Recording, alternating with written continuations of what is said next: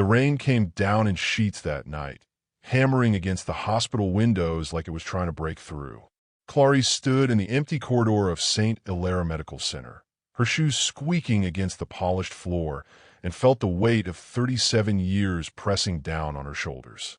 This was her last shift, her final night in the building where she'd spent more time than in her own home, where she delivered babies, held dying hands, and carried secrets that could break families apart. The fluorescent lights buzzed overhead. Most of them were off now. Budget cuts had started months ago, and tonight the hospital felt like a ghost of itself. Hollow, echoing. She walked past empty nurses' stations and darkened patient rooms, her fingers trailing along the wall. Tomorrow morning, the demolition crews would arrive.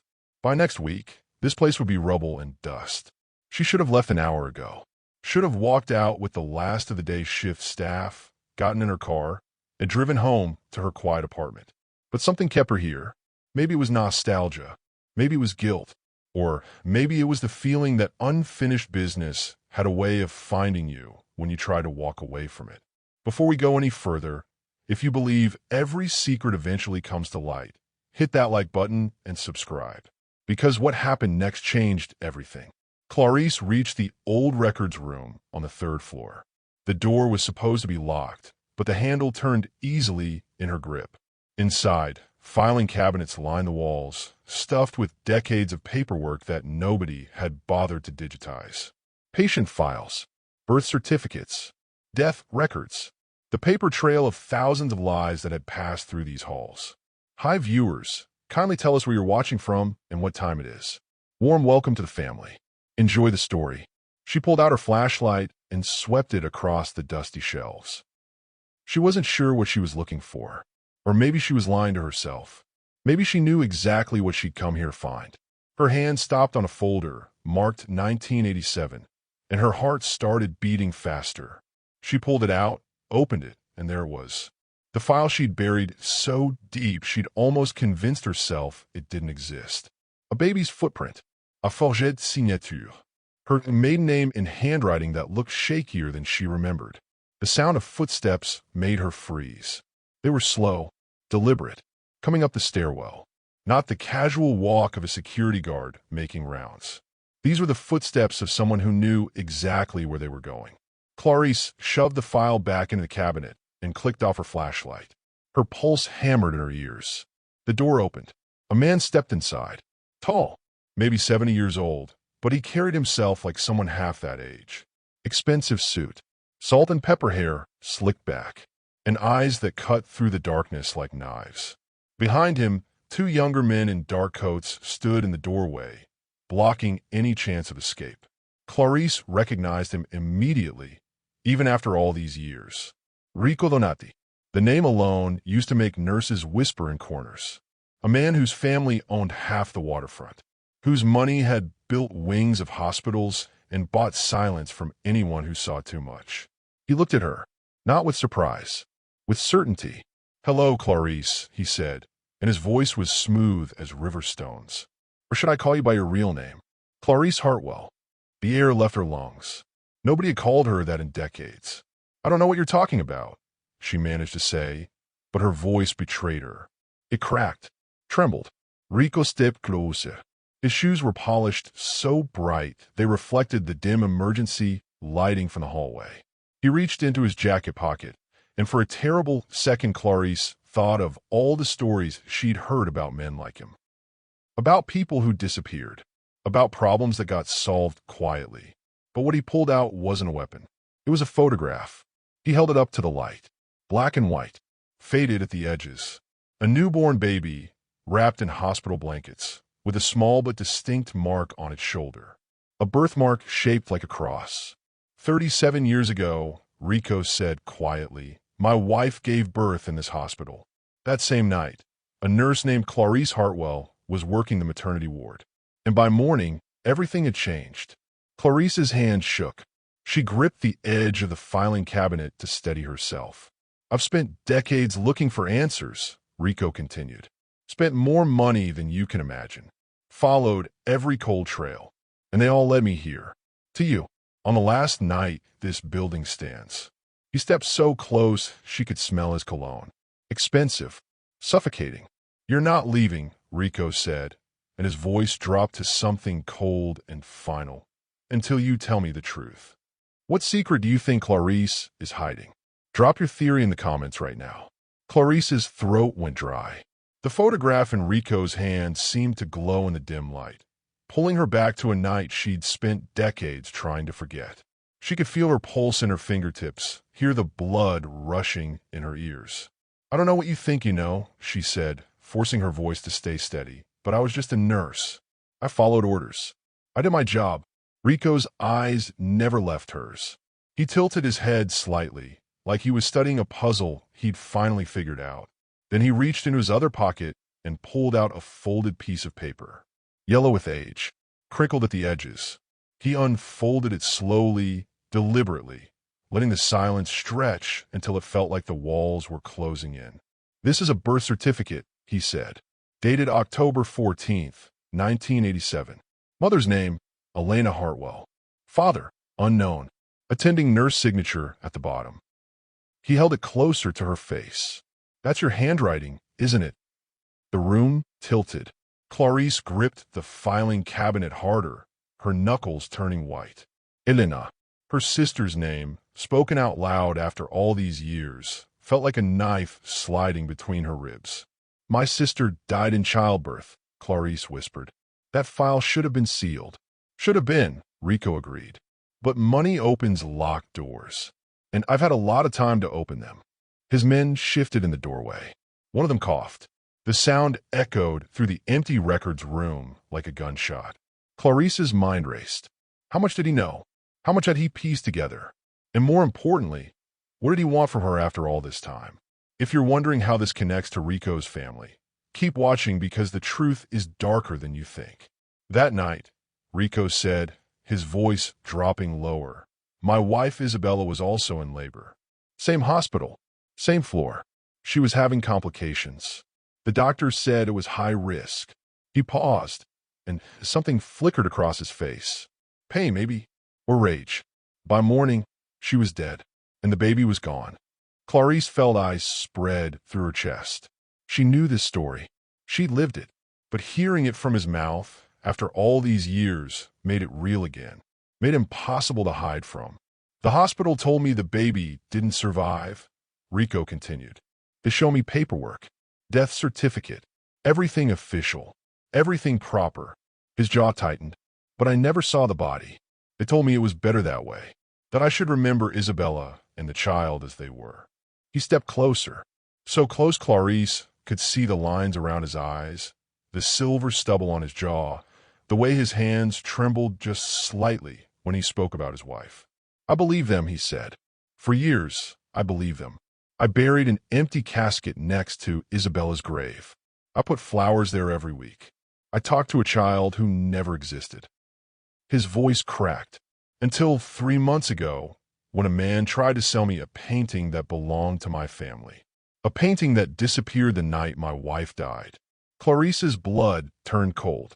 "The man who tried to sell it to me," Rico said, pulling out another photograph, this one recent and in color, had a birthmark on his shoulder, shaped like a cross, just like the baby in his hospital photo. He held both pictures side by side. "His name is Theodore Walsh. But you know him better, don't you?" The floor seemed to drop away beneath Clarice's feet. "How?" "Her son, the boy she'd raised. The man who'd stolen from her and disappeared. He's my grandson," Rico said flatly. "And you've known it this whole time." Clarice opened her mouth, but no sound came out. Her mind spun in circles, trying to find words, try to find a lie that would hold up under those piercing eyes. But there was nothing.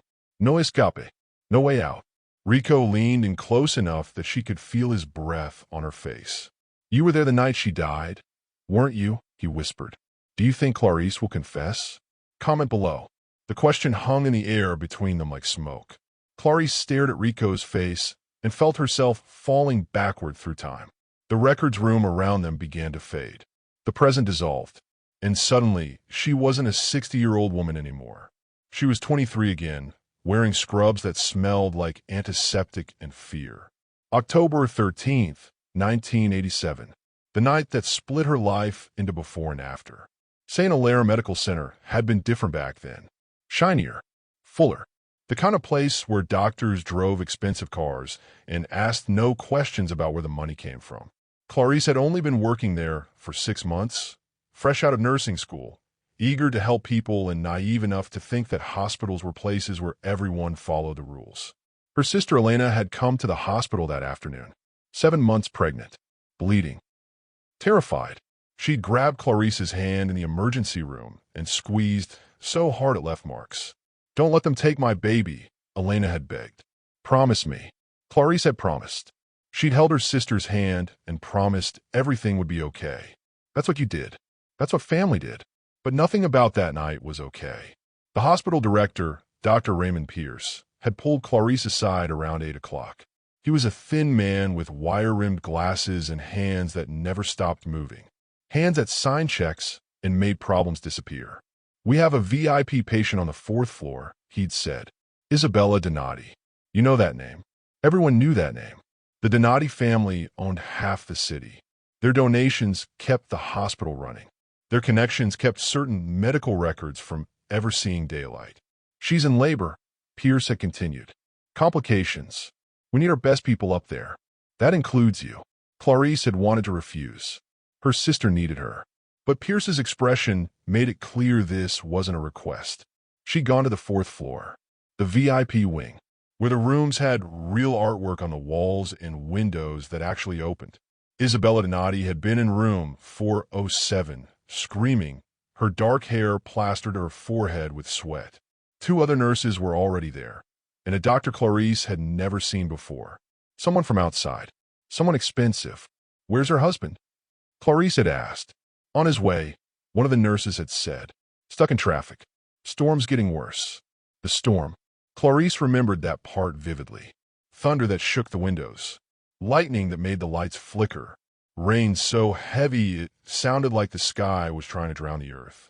Around 9:30, her pager had gone off. Elena's condition had worsened. She needed to get back downstairs. But Pierce had blocked her path in the hallway. "You stay on the 4th floor," he'd said. "The Donati baby is priority 1. "My sister is dying," Clarice had shot back.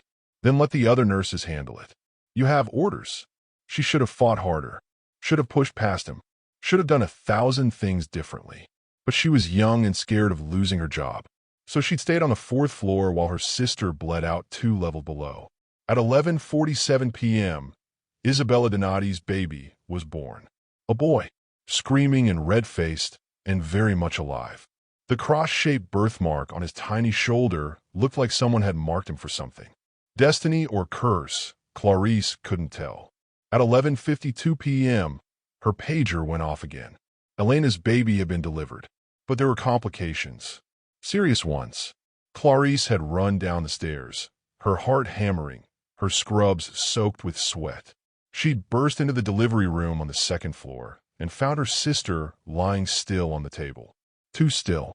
A nurse she didn't recognize was holding a baby wrapped in a blue blanket. The baby wasn't crying.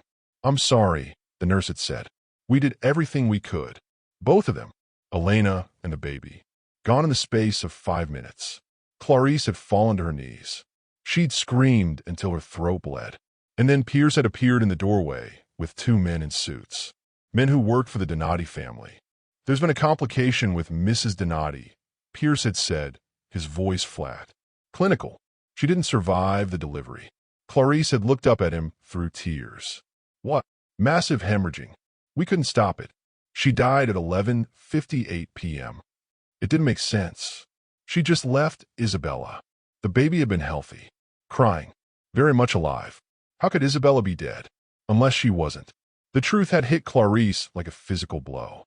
She'd looked at Pierce, at the men in suits, at the nurse holding her sister's dead baby, and she'd understood exactly what they were planning to do. "No," she'd whispered.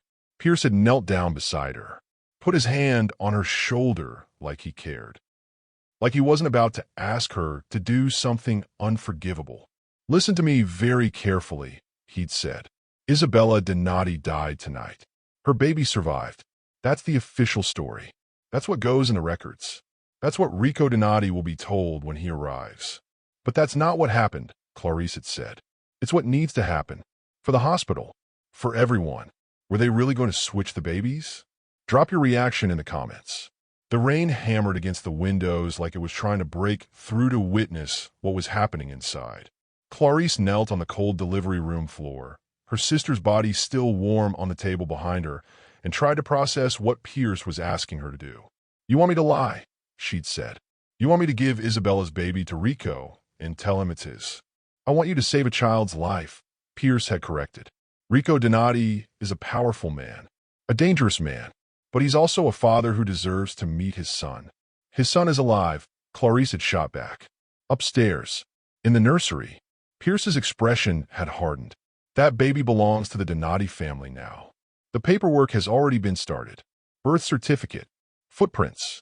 Everything will show that Isabella gave birth at 11:47 p.m. and died shortly after. Your sister's baby was stillborn. Tragic, but these things happen." One of the men in suits had stepped forward. "The family will compensate you for your loss. A generous amount. Enough to start over somewhere else." Clarice had wanted to spit in his face, wanted to scream, but her eyes had drifted to the bundle in the other nurse's arms.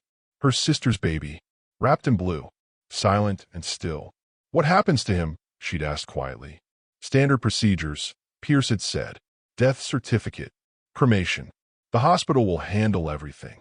Cremation. Like he was garbage. Like Elena's last gift to the world was something to be burned and forgotten. Clarice had stood up slowly. Her legs shook. Her hands were covered in her sister's blood.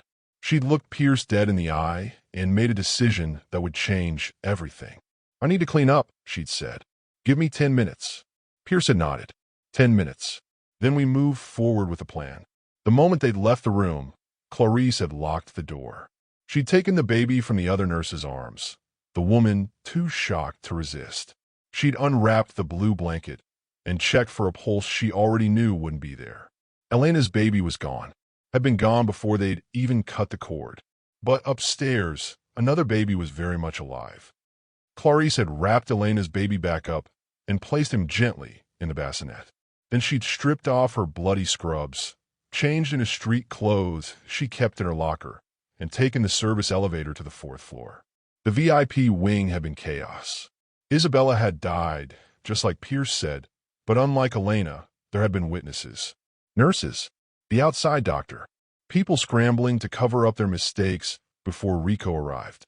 In the confusion, no one noticed when Clarice slipped into the nursery. The Donati baby had been lying in an incubator, already tagged and labeled. She checked the wristband. Male, born 11:47 p.m. Mother, Isabella Donati. The cross-shaped birthmark on his shoulder seemed to glow under the fluorescent lights. Clarice had stood there for a full minute, her heart pounding so hard she thought it might explode. This was insane. This was career suicide. This was kidnapping. But it was also the only way to save him, because she'd understood something Pierce and his men hadn't. Rico Donati wasn't just powerful and dangerous. He was grief-stricken and vengeful. And a baby who reminded him of the wife he'd just lost would either be smothered with obsessive love or destroyed by resentment. Either way, that child would never have a normal life. But if Rico thought his baby had died with Isabella, he could grieve them both and move on. And the baby could grow up away from the violence and corruption that soaked the Donati name like blood and water. Clarice had disconnected the monitors, wrapped the baby in a regular hospital blanket, walked out of the nursery like she had every right to be carrying him, down the service stairs, through the loading dock, into the parking lot where the rain was still falling in sheets. Her car had been a beat-up Honda with a broken heater. She'd laid the baby in the passenger seat, buckled him in with shaking hands, and driven away from St. Hilaire Medical Center without looking back. Around 3 in the morning, she'd stopped at a gas station 50 miles outside the city. The baby had started crying. Hungry, scared, alive. Clarice had held him in the fluorescent glow of the gas station bathroom and whispered the first words of his new life. "I'll call you Theo," she'd said, "and I promise I'll keep you safe." The sirens had started wailing in the distance. Someone had discovered the switch. Someone had called the police. But by then, Clarice Hartwell had vanished. And in her place was Clarice Walsh, a single mother with a newborn son and a story about a husband who died in a car accident. The lies had come easier than she'd expected. Or maybe she'd just gotten good at living with them. Can you imagine making a choice like that? Let me know in the comments. Theo had been a beautiful baby. Dark hair, gray eyes that would later turn brown, and that cross-shaped birthmark on his shoulder that Clarice covered with long-sleeved shirts and careful angles whenever someone took photos. She'd moved them to a small town in Oregon, far from the city, far from the Donati name, far from anyone who might ask too many questions. She'd gotten a job at a local clinic, rented a one-bedroom apartment, and built a quiet life out of lies and love. The guilt came in waves. Some days she'd look at Theo, sleeping in his crib, and feel like a hero. She'd saved him, given him a chance at normalcy, protected him from a world that would have either worshipped or destroyed him. Other days, she'd see Rico Donati's face on the news. Older now, grayer, standing at a cemetery with flowers in his hands. And she'd feel like the worst kind of thief. She'd stolen his grief, his closure, his right to know his son had survived. But she'd also given Theo something Rico never could have. A childhood, scraped knees, little league, birthday parties at pizza places with sticky floors and terrible arcade games. Normal things, safe things.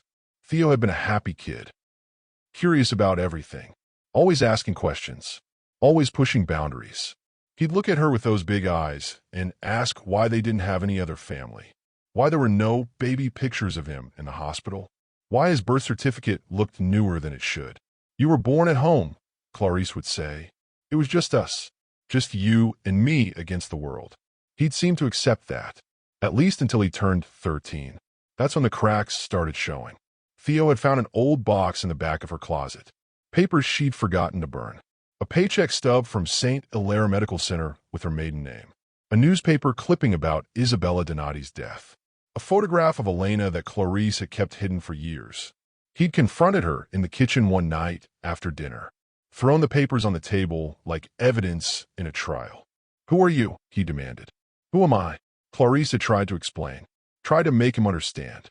But how do you tell a 13-year-old boy that everything he knows about his life is a lie? That his real family name carried weight and blood? That his mother wasn't even his mother? She couldn't. So she told him half-truths and deflections. Enough to satisfy him for a while. Enough to buy herself more time. But the damage was done. Theo started pulling away. Got involved with the wrong crowds. Started staying out late. Started looking at her like she was a stranger. By the time he turned 18, the resentment had hardened into something cold and permanent. "You're not my real mother," he'd said on his birthday. No anger in his voice. Just fact. "You're just the woman who took me." Clarice had felt her heart crack down the middle. "I saved you," she'd whispered. "From what? A life where I actually mattered? Where I had money and power and a real family." He'd left 2 days later. Took the emergency money she'd hidden in the coffee tin. Sold the car she'd bought him for graduation. Disappeared without a word. Clarice had spent months trying to find him. Hired investigators. Filed missing persons reports. Called every contact she had. But Theo Walsh had vanished as completely as Clarice Hartwell had 30 years earlier. The only clue had been a postcard 3 years later. No return address. Just a picture of the Italian coastline and 4 words in his handwriting. "I found them. Goodbye." She'd known immediately what he meant. He'd found the Donatis. Found out who he really was. And he'd chosen them over her. The betrayal had been total. Complete. The boy she'd sacrificed everything for had turned his back on her the moment something better came along. A year after that, her bank account had been drained. The small house she'd finally managed to buy was sold without her knowledge. Legal papers appeared with forged signatures that looked close enough to hers that no one questioned them. Theo had stolen everything she had and left her with nothing but the clothes on her back and the guilt that had been eating her alive for decades. She moved back to the city, back to the place where it all started. Got a job at St. Hilaire Medical Center again under her new name and tried to forget she'd ever had a son. But you can't forget something that shaped every choice you made for 37 years. And now, standing in the records room with Rico Donati's eyes boring into her soul, Clarice realized the past had finally caught up. The lies had run their course. The truth was coming whether she was ready or not. She looked at Rico and saw her own pain reflected back at her. Two people destroyed by one night. Two people who'd lost everything because someone decided to play God with other people's lives. Yes, she finally said, her voice barely a whisper. I was there the night she died. Do you think Rico will forgive her when he hears the whole truth? Comment what you think happens next. Rico's face didn't change when Clarice admitted the truth. He just stared at her with those cold eyes, and for a moment she thought he might kill her right there in the records room. His men shifted in the doorway, hands moving toward their jackets. But Rico held up one hand, a silent command. Everyone froze. Tell me everything, he said. So she did. Every detail, every choice, every lie she'd built over 37 years. The words poured out of her like poison she'd been holding in too long. When she finished, the silence in that room felt heavy enough to crush bones. Rico walked to the window, looked out at the rain still hammering down. His reflection in the glass looked older than the man standing there. You destroyed my life, he said quietly. Took away my only chance to know my son. Made me bury an empty casket. Made me spend decades talking to ghosts. I know, Clarice whispered. You let me believe I'd failed them both. That I wasn't there when they needed me. That their deaths were somehow my fault for being stuck in traffic during a storm. His voice cracked. Do you have any idea what that does to a person? Clarice had no answer. Nothing she could say would make this right. But Rico wasn't done. He turned back to face her, and his expression had shifted into something else. Something darker. And Theo, he said, the boy you raised. Let me tell you about him. Clarice's stomach dropped. 3 months ago, he walked into my office in Naples. Confident. Charming. Said he had a painting to sell. A Caravaggio that belonged to my grandmother. Stolen from our estate the night Isabella died. The room tilted. Clarice gripped the filing cabinet again. He spun me a story about finding it at an estate sale. Gave me paperwork that looked legitimate. Even had the right provenance. I almost bought it. Rico's jaw tightened. But I've been in this business too long. I had my people check him out. Background. DNA from a coffee cup he left behind. And when the results came back, I knew exactly who he was. What did you do? Clarice asked, her voice barely audible. I invited him to dinner. Expensive restaurant. Best wine. And I asked him about his childhood. About his mother. About the woman who raised him.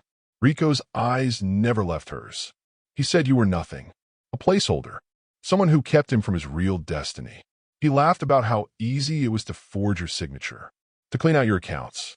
To sell your house while you were at work. Tears burned Clarice's eyes. She'd known Theo resented her. But hearing it laid out like this, hearing how little she'd meant to him, cut deeper than any knife. He said he deserved the Donati fortune. Rico continued. That it was his birthright. That blood always wins in the end.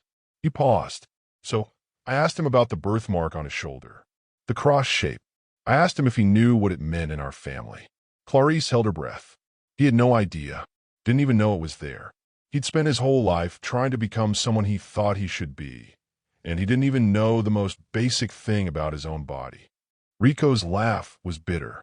That's when I knew. You didn't just steal my son. You raised him to be a stranger to himself. The accusation hit like a physical blow. Clarice wanted to defend herself, to explain that she tried to give Theo normalcy, safety, love. But maybe Rico was right.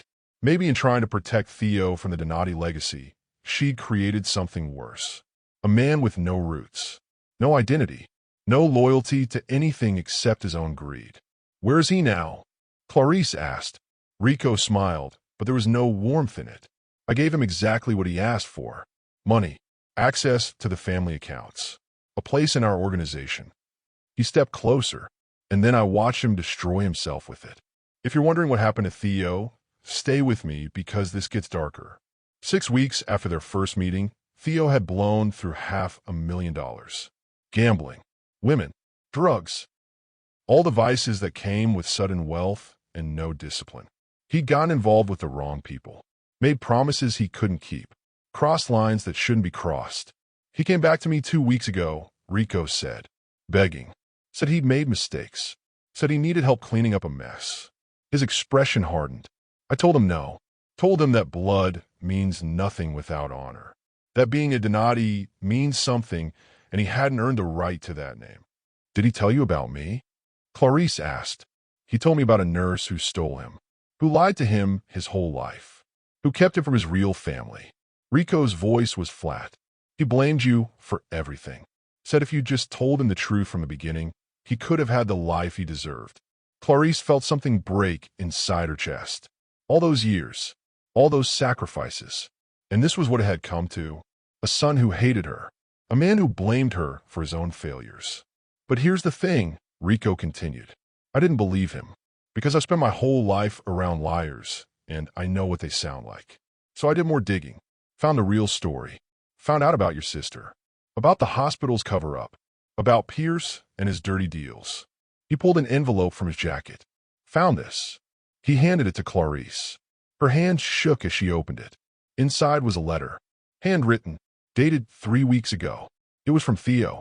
The letter was addressed to Rico, and in it, Theo confessed everything. How he planned to blackmail the family once he proved he was the heir. How he'd stolen from Clarice, not out of anger, but out of calculation. How he'd never cared about family or legacy, just money and power. But at the end of the letter, there was something else. Something that made Clarice's vision blur with tears. I don't know if I can change. I don't know if I wanna. But I need you to know that the woman who raised me tried. She tried to make me good. And I threw it back in her face because I thought I deserved better. I was wrong. About everything. The letter ended there. No signature. No wudbye. Where is he now? Clarice asked again, her voice breaking. Rico looked at her for a long moment. Then he said the words that would haunt her forever. In Naples. In a hospital bed. Same disease that killed my father. Same disease that's killing me. He tapped his chest. Genetic. Terminal. The Donati curse, they call it. And Theo has maybe 6 months left. What would you do if you found out your biggest sacrifice meant nothing? Comment below. The words hung in the air like smoke. Terminal. 6 months. The Donati curse. Clarice felt her legs give out. She grabbed the edge of the table, trying to stay upright, trying to process what Rico had just told her. You're lying, she whispered. I wish I was. Rico pulled out his phone and showed her a medical report. Official letterhead. Diagnostic codes she recognized from her years in nursing. Cardiomyopathy. Progressive. Fatal. The same condition that had killed Rico's father at 62. His grandfather at 58. A genetic time bomb that ran through the Donati bloodline like poison in the water. When did you find out? Clarice asked. About myself?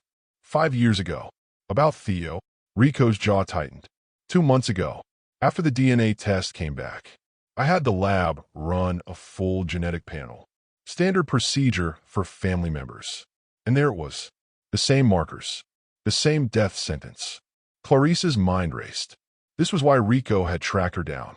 Not just for answers about the past, but because his grandson was dying, and he needed to understand who Theo really was before the end came. Does Theo know? She asked. He knows. I told him a day after I got the results. Rico's expression was unreadable. He laughed at first, thought I was making it up to scare him. But when I showed him the medical reports, when I took him to the same doctors who've been treating me, he finally understood. The Donati legacy he wanted so badly came with a price he never expected to pay. Stay with me, because what Rico says next changes everything. Rico moved to one of the old chairs in the records room and sat down slowly. He moved like someone carrying weight that couldn't be seen. The weight of time running out. I've spent my whole life being strong, he said. Being feared. Building an empire out of blood and money. And now I'm sitting here in an empty hospital with 6 months left, talking to the woman who stole my son. He looked up at her. You want to know the worst part? I'm grateful. Clarice blinked. What? You saved him from me. Rico's voice was quiet but steady. If I'd raised Theo, he would have become what I am. Hard. Cold. Calculating. A man who trades in fear and calls it respect. A man who can't tell the difference between loyalty and terror. He paused. You tried to make him something better. You failed, but at least you tried. I didn't fail, Clarice said, surprised by the strength in her own voice. I gave him 18 years of love. Safety. A chance to be normal. What he did with it after that was his choice. Not mine. Is that what you tell yourself? Rico asked. It's what I know. They stared at each other across the dusty records room. Two people who'd been destroyed by the same night 37 years ago. Two people who'd both lost children in different ways. When I found out about Theo, Rico said, when I realized my grandson had survived and was out there somewhere, I thought I could fix everything. Bring him home. Teach him what it means to be a Donati. Give him the life my son never got to have. His hands trembled slightly. But the moment I met him, I knew. He's not a Donati. He's not even a Walsh. He's just a lost boy pretending to be a man. He's still your blood, Clarice said. Blood. Rico laughed bitterly. Everyone thinks blood matters. That it makes you family. That it creates some unbreakable bond. He stood up slowly, his movements stiff. But I've seen blood mean nothing. I've seen brothers betray brothers. Fathers abandon sons. Blood is just biology. It doesn't make you loyal. It doesn't make you good. He walked over to where Clarice stood and looked her dead in the eye. You want to know why I really came here tonight? He asked. Clarice nodded, not trusting her voice. Because I needed to ask you something before I die. Something I've been carrying for 37 years. He took a deep breath. Did you know?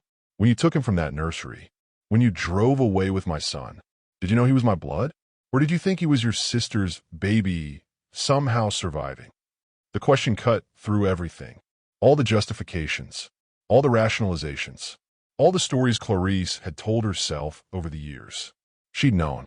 The moment she saw that cross-shaped birthmark, the moment she checked the wristband and saw Isabella's name, she'd known exactly whose baby she was taking. I knew, she said. Rico closed his eyes. A single tear cut through the lines on his weathered face. Thank you, he whispered, for being honest. Finally. Then he coughed. A wet, rattling sound that seemed to come from deep in his chest. He pulled a handkerchief from his pocket and pressed it to his mouth. When he pulled it away, there were spots of red on the white fabric. Clarice's nursing instincts kicked in immediately. You need to sit down. You need to get to a hospital. I'm already in one, Rico said with a weak smile. Or what's left of one. He coughed again, harder this time, and more blood came up. His men moved forward from the doorway, but he waved them back. Not yet. I'm not done. He reached into his jacket with shaking hands and pulled out another envelope. This one was sealed with red wax. The Donati family crest pressed into it. I need you to give this to Theo, Rico said. When he comes back. Because he will come back. Men like him always do when they need something. Do you think Clarice will forgive Theo? Tell me in the comments. Clarice took the envelope with trembling hands. The wax seal felt warm, like it had just been pressed. The weight of it seemed heavier than paper should be. What is this? She asked. The truth, Rico said. Everything he needs to know. Everything I should have told him when I had the chance. Another cough. More blood. His men were getting restless now, exchanging looks, hands on their phones ready to call for help. But Rico wasn't finished. He looked at Clarice with eyes that had seen too much and understood too late. I was wrong, he said. About everything. About what makes a man strong. About what family means. About legacy. He pressed the handkerchief to his mouth again. I built an empire, and it's going to die with me. No sons. No grandsons who want it. Just money and property and a name that people whisper in fear. That's not a legacy. That's just evidence that I was here and didn't know what mattered. What does matter? Clarice asked softly. You, Rico said. What you did. Raising a child who wasn't yours. Sacrificing everything to give him a chance at something better. That matters. Even if he threw it away. Even if he became exactly what you tried to save him from. You tried. That's more than I ever did. The vulnerability in his voice broke something in Clarice. This wasn't the powerful Rico Donati she'd feared for decades. This was just a dying man who'd realized too late that fear and respect weren't the same thing. That power without love was just another kind of prison. I'm sorry, she said, for taking him, for lying, for all of it. Don't be, Rico replied. You gave him 18 years I never could have. Years where he got to be a kid, where he got to make mistakes without people dying because of them, where he got to believe the world could be good. He smiled sadly. I would have crushed that out of him in months. His knees buckled. Clarice caught him before he hit the ground, her arms stronger than they looked from years of lifting patience. His men rushed forward, but she held up a hand. "I've got him," she said with the authority of someone who'd spent decades in emergency rooms. "Give me a chair." Now, they brought one of the old office chairs over.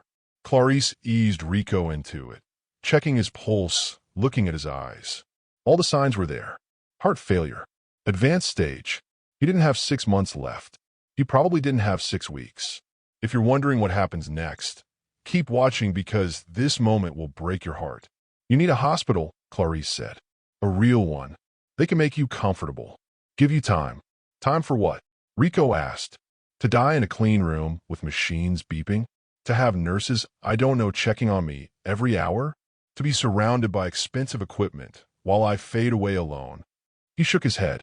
"No, I'd rather die here, in the place where it all started, where I lost Isabella, where I lost my son. At least there's poetry in that." "There's nothing poetic about dying," Clarice said firmly. "Then let's call it justice."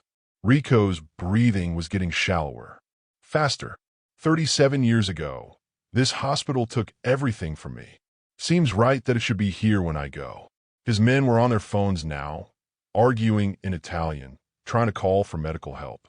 But Clarice knew it was too late. She'd seen this enough times to recognize the final stages. Rico Donati was dying, and nothing she could do would change that. "Is there anyone you wanted to call?" she asked. "Family? Friends?" "No family left," Rico said. "And men in my business don't have friends. Just associates and enemies." He reached out and grabbed her hand. His grip was weak, but insistent. "Promise me something." "What?" "When Theo comes back, and he will, don't give him the envelope right away. Make him earn it. Make him prove he's changed. Or at least make him understand what he threw away." Rico's eyes were starting to lose focus. "And if he hasn't changed, if he's still the same greedy boy pretending to be a man, burn it. Don't let him have the satisfaction of my last words." "I promise," Clarice said. "Rico smiled. You're a better person than I ever was. Than most people are. You know that. I stole your child. You saved him from becoming me. That's not theft. That's mercy." He coughed one more time, and this time the blood that came up was darker. "Worse. Do me one more favor. Anything. Tell Isabella I'm sorry. Tell her I tried to be better, but didn't know how. Tell her our son survived, and that's because of you. Tell her." His voice faded to a whisper. "Tell her I'm coming home." Clarice felt tears streaming down her face. "I'll tell her." Rico's grip on her hand loosened. His breathing slowed. And then, surrounded by the ghosts of the hospital where his wife had died and his son had been taken, Rico Donati closed his eyes for the last time. The room fell silent, except for the rain still hammering against the windows. His men stood frozen in the doorway, not sure what to do. Their boss, their commander, the man who'd built an empire out of fear and blood, gone in a dusty records room with only a nurse he'd hated holding his hand. Clarice gently closed his eyes and checked for a pulse she knew wouldn't be there. Then she stood up, still holding the sealed envelope, and looked at the men in the doorway. "He's gone," she said quietly. One of them made a phone call. Within minutes, the empty hospital wasn't empty anymore. Black cars, men in suits, the machinery of the Donati Empire moving to secure what was left. But Clarice barely noticed. She was staring at the envelope in her hands and wondering what secrets a dying man leaves for a grandson who betrayed him. She slipped it into her jacket pocket and walked out of the records room, while Rico's men were still arguing about what to do with the body. Nobody tried to stop her. Nobody even seemed to notice her leave. Outside, the rain had finally stopped. The sky was starting to lighten with the first hint of dawn. Clarice stood in the parking lot and looked back at St. Hilaire Medical Center one last time. 2 people had come here tonight looking for answers. Only one had left alive, but both had found something they weren't expecting. Truth, forgiveness, understanding that came 37 years too late to change anything but just in time to matter. Clarice got her car and drove home as the sun came up over the city. And in her pocket, Rico Donati's last words waited for a grandson who might never deserve to read them. "Do you think Theo deserves to know what his grandfather wanted to tell him?" Share your thoughts below. 3 months passed before Theo came back. Clarice had moved into a small apartment across from a park where old men played chess and mothers pushed strollers. She'd taken a job at a clinic that served the neighborhood. Nothing fancy, just steady work with steady people who didn't ask too many questions about her past. The envelope from Rico stayed hidden in the back of her closet. Some nights, she'd take it out and hold it up to the light, wondering what was written inside. But she'd made a promise to a dying man, and despite everything, Clarice kept her promises. The knock on her door came on a Tuesday evening. 3 sharp raps, the kind of knock that meant business. She looked through the peephole and saw him standing there. Hell, he looked terrible, thinner than she remembered. His clothes were expensive, but wrinkled like he'd been sleeping in them. Dark circles under his eyes. The confidence he'd worn like armor was gone, replaced by something that looked like fear. Clarice opened the door, but didn't step aside to let him in. "Hello, Theo," she said. "Mom." The word came out rough, like he hadn't used it in years. "Can I come in?" She studied him for a long moment. Looked for signs of the boy she'd raised. The child who'd laughed at cartoons and brought her dandelions from the yard. But all she saw was a stranger wearing her son's face. "Why are you here?" she asked. "I need help." His voice cracked. "I'm sick. The doctors in Italy say I have maybe 4 months left. Maybe less. And I don't know where else to go." Clarice felt her heart twist. Even after everything. Even after the theft and betrayal and years of silence. He was still the baby she'd carried out of a hospital in the rain. Still the child she'd raised and loved and sacrificed everything for. She stepped aside. "Come. If you're wondering whether Clarice made the right choice, keep watching because this conversation will surprise you. Theo walked into her small apartment and looked around. 1 bedroom, used furniture, nothing expensive or impressive. The kind of place someone lives when they've lost everything and are starting over. "This is where you ended up," he said. Not question, just an observation. "This is where I chose to be," Clarice corrected, "after you stole everything else." He had the decency to look ashamed. "I was angry. I thought you'd lied to me my whole life. I thought you'd stolen me from a family that could have given me everything." "I did lie," Clarice said. "And I did steal you. And yes, the Donatis could have given you money and power and a name that opens doors. But they also would have given you a legacy of violence. Fear, a genetic disease that's killing you right now. Is it the everything you wanted?" Theo sank on her couch, buried his face in his hands. "I met him. My grandfather. Rico. I know. He came to see me before he died." Theo's head snapped up. "He's dead. 3 months ago. Heart failure. Same disease you have. He died in the old hospital where it all started." Clarice sat down across from him. "He told me about you. About the painting. About the money you blew through. About the letter you wrote." "What letter?" "The one where you finally admitted the truth. That you never cared about family. Just what you could take from them." Theo's face crumbled. "I was scared. Angry. I didn't know what I was saying." "You knew exactly what you were saying. You just didn't expect anyone to hold you accountable for it." Clarice leaned forward. "Why are you really here, Theo?" "Because if you came looking for money, I don't have any. If you came looking for forgiveness, I'm not sure I can give it. And if you came looking for me to take care of you while you die, you should know that ships sailed when you forged my signature and stole my house." The words were harsh but true. She'd spent 3 months thinking about this moment, preparing for it, deciding what she owed the boy who'd stopped being her son years ago. Theo looked at her with tears in his eyes. "He told me about you. Rico. Before I knew he was dying, before everything fell apart, he told me what you did. How you saved me from the hospital. How you raised me alone. How you gave up everything to keep me safe." His voice broke. "And I threw it back in your face because I thought I deserved better than a simple life with a woman who loved me." "Did you?" Clarice asked quietly. "Deserve better?" "No." The word came out as a whisper. "I deserved exactly what I got. A grandfather who saw through my lies. A fortune that burned through my fingers. A disease that's killing me before I ever figured out who I really was." He looked up at her. "I don't deserve your help. I don't deserve anything from you.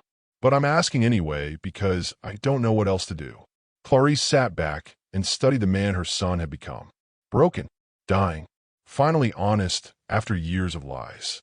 She thought about Rico's last words, about how he'd wished he'd been better but didn't know how, about how some people only learn what matters when it's too late to change. "Rico left you something," she said. Theo's eyes widened. "What?" "An envelope. Sealed. He gave it to me the night he died and made me promise not to give it to you unless you'd changed. Unless you'd proven you understood what you threw away." She stood up and walked to her closet, pulled out the envelope with the red wax seal. "I'm not sure you've changed, but he's dead and you're dying, and I'm tired of holding on to other people's secrets." She handed him the envelope. Theo took it with shaking hands and broke the seal. Inside was a single piece of paper covered in Rico's neat handwriting. And folded inside, there was something else. Something that made Theo's breath catch. A will, legal and binding, leaving everything the Donati family owned to Clarice Walsh. "I don't understand," Theo said. "Read the letter," Clarice replied. "Tell me in the comments if you think this is justice or cruelty." Theo read the letter twice, then a third time. His hand shook so badly the paper rattled. Finally, he looked up at Clarice with an expression she couldn't read. Shock, anger, grief, maybe all three at once. "He left everything to you," Theo said. "The houses, the businesses, the offshore accounts, everything." His voice rose. "To the woman who stole me. Not to me. Not to his actual grandson. To you." "Keep reading," Clarice said calmly. Theo looked back down at the letter. "Read the final paragraph out loud," his voice breaking on every word. "I'll leave everything to Clarice Walsh because she understood something I never could. That blood doesn't make family. Love does. Sacrifice does. She raised my grandson better than I ever could have. And when he betrayed her, she didn't stop loving him. That's what the Donati fortune should have been built on. Not fear, not power, but the kind of love that saves children from burning buildings and raises them in small apartments and asks nothing in return. Theo, if you're reading this, know that you were loved by two people.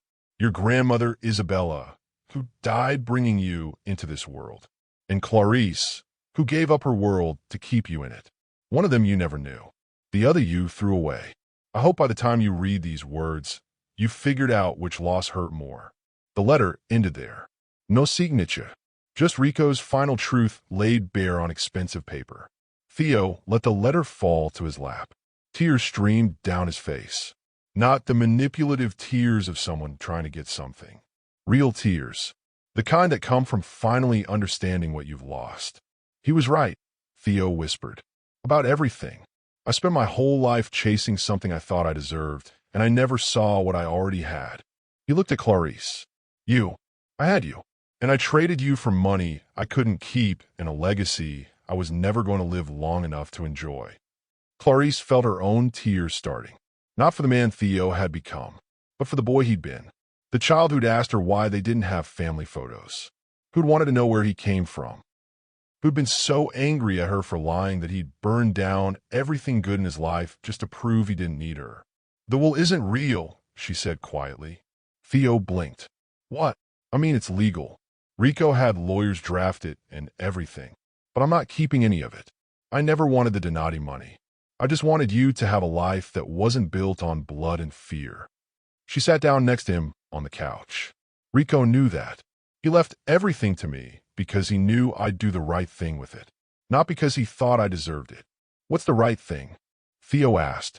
Clarice pulled out another envelope from her pocket. This one she'd prepared herself. "The Donati estate is worth somewhere around $40 million. Houses, art, investments. I've had lawyers working on it for 3 months, and here's what we're doing. Half goes to charities. Medical research for the disease that's killing you and killed Rico. Programs for kids who grow up in violent homes. Hospitals that serve people who can't afford care." She handed him the envelope. "The other half is in a trust. For you, but with conditions." Theo opened the envelope and read the terms. Medical care for the rest of his life. A place to live. An allowance that would cover his needs, but not his wants. And a requirement that he spend whatever time he has left volunteering at places that help people who've lost everything. You're giving me a salary to be a decent person, Theo said. I'm giving you a chance to figure out who you are before you die, Clarice corrected. Rico spent his whole life building power and died alone in an empty hospital. You spent your 20s chasing his fortune and ended up sick and broke. Maybe it's time to try something different. If this story is moving you, hit that subscribe button because we have more stories about second chances coming. Theo stared at the papers in his hands. At the second chance he didn't deserve but was being offered anyway. Then he looked at the woman who'd raised him, who'd saved him, who'd lost everything because of him and was still trying to help him find his way. Why, he asked. After everything I did, why would you help me? Because 37 years ago, I made a choice in a hospital nursery. I chose to save a baby I didn't know from a life I couldn't predict. And every day since then, even the bad days, even the days when you hated me, I've never regretted that choice. Clarice reached out and took his hand. You're not my blood, but you're my son. And that means something to me even if it never meant anything to you. Theo broke down completely, sobbed like a child. And for the first time since he'd walked out of her life, he said the words that actually meant something. I am sorry. For all of it. I'm so sorry. Clarice held him while he cried, held the dying man who'd once been her baby. And in that moment, surrounded by used furniture in a small apartment far from the empire Rico had built, something shifted. Not forgiveness exactly. Not yet. But the possibility of it. The chance that some things could be rebuilt even after they'd been burned to ash. 3 weeks later, Theo moved into a hospice facility funded by the Donati Trust. Clean, comfortable, staffed by people who actually cared. Clarice visited him twice a week. They didn't talk much, didn't try to fix everything that had been broken. Just sat together and watched old movies and sometimes talked about the little things that make up a life. The boy who'd brought her dandelions. The teenager who'd asked too many questions. The man who'd stolen everything and learned too late what actually mattered. For months after he came back, Theo died. Peacefully. With Clarice holding his hand the same way she'd held Rico's. 2 Donati men. 2 deathbeds. Both of them finally understanding what she'd known all along. That some people inherit blood. Others inherit money. But the ones who matter most inherit something else entirely. Conscience. After the funeral, Clarice went back to her small apartment and her job at the clinic and her quiet life. The Donati fortune funded dozens of programs that actually helped people. Medical research, scholarships, housing for families who'd lost everything. Rico's name became associated with healing instead of fear. Isabella's memory lived on in babies delivered in clean hospitals by nurses who didn't have to choose between orders and ethics. And Clarice Walsh, the woman who'd stolen a child to save him, became the woman who'd taken a curse and turned it into something resembling grace. She never remarried, never had other children. But every year on October 14th, she visited 2 graves in 2 different cemeteries. One for Elena, her sister who died trying to bring life into the world. And one for Theo, her son who died trying to figure out what life meant. She brought flowers to both, talked to them about the small things, the programs that were helping kids, the research that might someday cure the disease, the ways that one terrible night 37 years ago had somehow, impossibly, led to something good. And every year, as she walked away from those graves, she thought about Rico's last words, about how she'd saved his grandson from becoming him, about how mercy sometimes looks like theft and love sometimes looks like lies. Some people spend their lives building empires that crumble when they die. Others spend their lives raising children who forget them the moment something better comes along. But the ones who change the world are the ones who understand that the smallest choices matter most. Taking a baby from a nursery, forgiving a son who didn't deserve it, turning a fortune built on fear into a legacy of healing. The rain came down again as Clarice drove home from the cemetery. Just like it had that night 37 years ago when she'd driven away with a baby in the passenger seat and no idea what would happen next. She turned on the radio, found a station playing something old and sweet, and she smiled, not because anything had been fixed or redeemed or made right, but because she'd tried, and in the end, trying was all any of them could do. Some inherit blood, others conscience, and the lucky ones figure out which one actually matters before it's too late. If this story touched you, subscribe and turn on notifications so you never miss another story about quiet justice, second chances, and the complicated truth about what it means to be family. Drop a comment telling us what this story meant to you. Your thoughts might inspire someone else who needs to hear it. And if you know someone who needs to be reminded that it's never too late to try to do better, share this story with them. Because in the end, that's what all of this was about. Not the money or the power or the secrets kept in dusty hospital files, but the simple, complicated truth that people can change. That redemption is possible even when it comes too late to fix everything. That love sometimes means letting go, and sometimes means holding on, and sometimes means doing both at the exact same time. Clarice pulled into her parking spot and sat in the car for a moment, watching the rain streak down the windshield. She thought about all the lives that had intersected that night in 1987. Elena and Isabella, two women who'd never met, but who'd both died trying to bring children into the world. Rico, who'd built an empire on fear and died wishing he'd known how to build it on love instead. Theo, who'd chased a legacy that was killing him and figured out what mattered only when there was no time left to change course.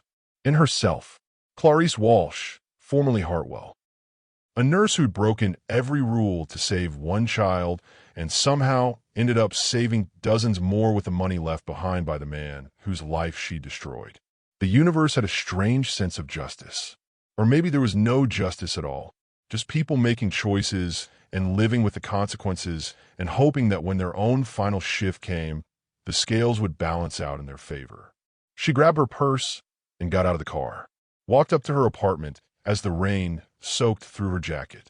Inside, she made tea and sat by the window watching the city lights blur through the water running down the glass. Tomorrow she'd go back to the clinic, see patients who couldn't afford real hospitals, hold hands and check vital signs, and do the small, invisible work that keeps the world turning. Next week, she'd meet with the lawyers about the foundation, make sure Rico's money kept going to places that actually needed it, keep turning his legacy of violence into something that healed instead of hurt. And someday, when her own final shift came, she'd close her eyes knowing she'd done the best she could with an impossible situation, that she'd loved a child who wasn't hers and tried to make him good even when he fought her every step of the way, that she'd taken blood money and washed it clean through medical research and children's programs and second chances for people who thought they'd run out of options. Maybe that wasn't redemption. Maybe it wasn't justice either, but it was something, and something was better than the nothing most people left behind. The rain kept falling. The city kept turning. And in a small apartment across from a park where old men played chess, a woman who'd spent 37 years carrying other people's secrets finally let them go. Not because they'd been resolved, not because anyone had been saved or healed or made whole, but because she'd done everything she could, and sometimes that has to be enough. Some inherit blood, others conscience, and the rarest few inherit the wisdom to know that both are just burdens unless you use them to make the world a little less broken than you found it. Subscribe now so you don't miss our next story. Turn on those notifications. And in the comments below, tell us about a time when you had to choose between what was right and what was easy. Your story might be exactly what someone else needs to hear today. This is a channel about quiet justice, about people who change the world in small ways, about second chances and hard choices and the complicated truth that doing the right thing doesn't always feel good or look heroic or fix everything that's broken. But we do it anyway, because that's what it means to be human. To try, to fail, to get up and try again, to hold on to hope even when hope seems foolish, to believe that our choices matter even when we can't see how they'll ripple out through time. Thank you for watching. Thank you for being part of this family. And thank you for believing, like I do, that stories like this one need to be told.